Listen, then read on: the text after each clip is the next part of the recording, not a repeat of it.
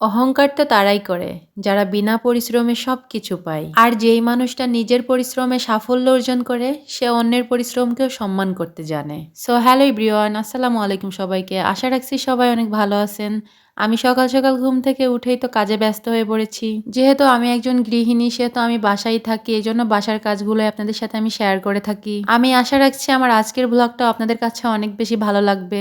সকাল সকাল ঘুম থেকে উঠে আগে ফ্রেশ হয়েছি, বাবুকে খাইয়েছি, এখনো রান্না করতে যাওয়া হয়নি। যারা আমার প্রতিটা ভিডিওই দেখে থাকেন তারা জানেন যে আমি সকালের বাসি কাজগুলো শেষ করে তারপরে রান্না করতে যাই। আর প্রতিদিনই আমার একই কাজ থাকে বাসায়, যেহেতু আমি বাসা পরিষ্কার পরিচ্ছন্ন করি, রান্না বান্না করি, এইগুলো আপনাদের সাথে শেয়ার করি। আমি এদিকে ডাইনিং টেবিলটা পরিষ্কার করতেছিলাম, তখনই আমি বাবুকে কয়েকটা ডট পেন দিয়ে আসি যে খেলা করো। ও তখন কি করছে, ওইগুলা নিয়ে ওর গাড়িতে এমন ভাবে দাগাইছে, গাড়িতে একদম কালার হয়ে গেছে। নতুন গাড়ি কিছুদিন আগে কেনা হয়েছে, ও এখনো চালাতেই পারে না, কিন্তু অনেক ক্ষয়ক্ষতি করে ফেলছে। এখনই 4-5টা কালারের ডট পেন দিয়ে দাগাইছে, কেমন জানি একটা দেখা যাচ্ছে। আমি হাত দিয়ে ডলা দিছি, দেখি উঠে যাচ্ছে। ওই জন্য ভাবলাম একটু ভেজা নেকড়া দিয়ে মুছে ফেলি সাথে সাথেই, তাহলে আর পরে দাগটা থেকে যাবে না। গাড়িটা মুছে টুছে এক সাইডে উঠিয়ে রেখে দিয়েছি ওর কাছে, আর এখন দিব না। আর এই পাশে এই রুমটা একটু পরিষ্কার করে নিচ্ছিলাম। আসলে এই বিছানাটা আমার ঘন ঘনই ঝাড়ু দেওয়া পড়ে, কারণ আমার বাবুটা কি করে জানেন, দৌড় দিয়ে সেই বিছানার উপর শুয়ে পড়ে, যার কারণে হচ্ছে ময়লার ভিতর গেলে ওর আবার অ্যালার্জি আছে।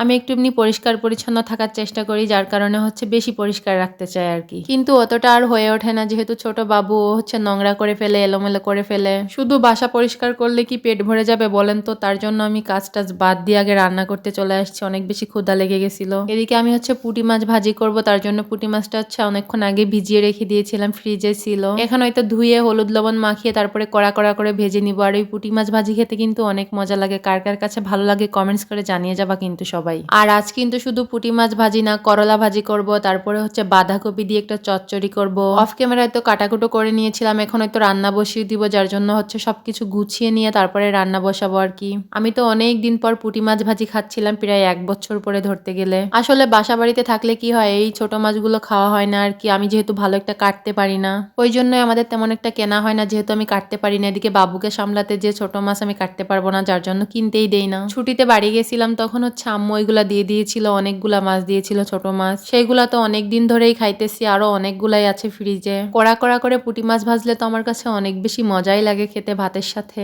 পুঁটি মাছ ভাজি ছাড়া আমি খেতে পারি না, একদম কড়া কড়া করে ভাজি করলে খেতে পারি, কিন্তু কোনো তরকারির ভিতরে দিলে আমি সেটা খেতে পারি না। তাই ভাবছি যে পুঁটি মাছ যেগুলো আছে ওইগুলো আমি এভাবে কড়া কড়া করে ভেজেই খাবো, আর বাকি যেই মাছগুলো আছে মলা, তারপরে হচ্ছে ডেনা, ওইগুলো হচ্ছে আমি আলু আর পেঁয়াজ দিয়ে চচ্চড়ি করে খাবো। মাছটা তো আমি ভালো করে এক একটা করে উল্টিয়ে উল্টিয়ে তারপরে ভাজতেছিলাম, তাহলে ভালো করেই ভাজা হবে সব পাশেই। পুঁটি মাছটা ভাজতে গেলে একটু সাবধানেই ভাজতে হয়, কারণ পুঁটি মাছটা যেহেতু একটু নরম হয়, সেহেতু মাছটা উল্টাতে গেলে আমি অনেক সাবধানে উল্টাই, কারণ নাড়াচাড়া বেশি হয়ে গেলে কিন্তু মাছটা ভেঙে যাওয়ার সম্ভাবনা থাকে। আর যখন একটু ভালো করে ভাজা হয়ে যাবে তখন যেভাবে সবটা মিলিয়ে নাড়াচাড়া করলেই কিন্তু হয়ে যাবে। আমার মাছ ভাজি হয়ে গেছে, আমি উঠিয়ে রেখে দিচ্ছিলাম। ওই ভাজা মাছগুলো আমি আবার হচ্ছে পেঁয়াজ আর মরিচের ভিতরে একটু নাড়াই চাড়াই তারপরে উঠাই নিব। এটা খেতে কিন্তু অনেক মজার লাগে। মাছ ভাজিটা হয়ে গেলে আমি আবার আরেকটা তরকারি বসিয়ে দিব, যেহেতু পরপর রান্না করব। এক চুলাতে রান্না করতেছি, কারণ আরেক চুলার উপরে আমি হচ্ছে ফোনটা রেখেছিলাম ভিডিও করার জন্য। আর যদি ভিডিও না করতাম তাহলে 2 চুলায় 2টা বসিয়ে দিতাম, অনেক তাড়াতাড়ি হয়ে যেত রান্নাটা, কিন্তু ভিডিও করার জন্য আমার হচ্ছে এক চুলাতে রান্না করতে হচ্ছিল।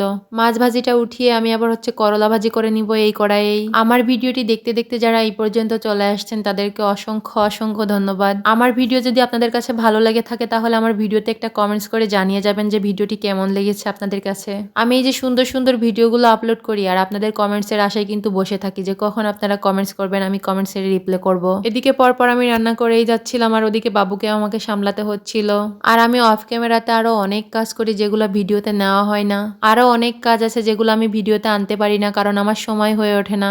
সময় করে করে আমি একটু একটু করে ভিডিও নিয়ে রাখি, সেইগুলোই আবার আপনাদের সাথে আমি শেয়ার করে থাকি। সারা দিনের A to Z ভিডিও করা তো সম্ভব না, এই জন্য আমি যতটা পারি আমার সুবিধার ভিতরে আমি ততটাই আপনাদের সাথে শেয়ার করে থাকি। করলা ভাজিটা তো আমি একটু কড়া কড়া করেই ভেজেছিলাম, তো আমার হয়ে গেছে, কিন্তু তারপরে আমি হচ্ছে একটা ডিমও ভেজে নিব, কারণ ভাজির সাথে ডিম ভাজি না হলে তো ভালোই হবে না। ডিমটা ভেজে আমি ওই পাতাকপির চচ্চড়িটাও বসিয়ে দিব। যে কোনো ভাজির সাথে আমার ডিম ভাজি না হলে ভালোই লাগে না খেতে। ডিম ভাজিটা আমার একটু বেশি পছন্দের। ডিম ভাজি না, ডিম যেমন করেই হোক না কেন তেমনই আমার ভালো লাগে, মানে ডিম জিনিসটা আমার অনেক বেশি পছন্দের। প্রতিদিনই যদি আমাকে আমাকে ডিম দিয়ে ভাত দেওয়া হয় আমি কিন্তু খেয়ে নিতে পারবো, কারণ ডিম আমার অনেক বেশি পছন্দের। ডিমটা ভাজতে যে আমার হচ্ছে মাঝখান দিয়ে 2 ভাগ হয়ে যায়, যার জন্য আমি আর একটু কড়া করে ভেজে নিচ্ছিলাম। আর ডিম ভাজি একটু কড়া হলে আমার কাছে ভালো লাগে।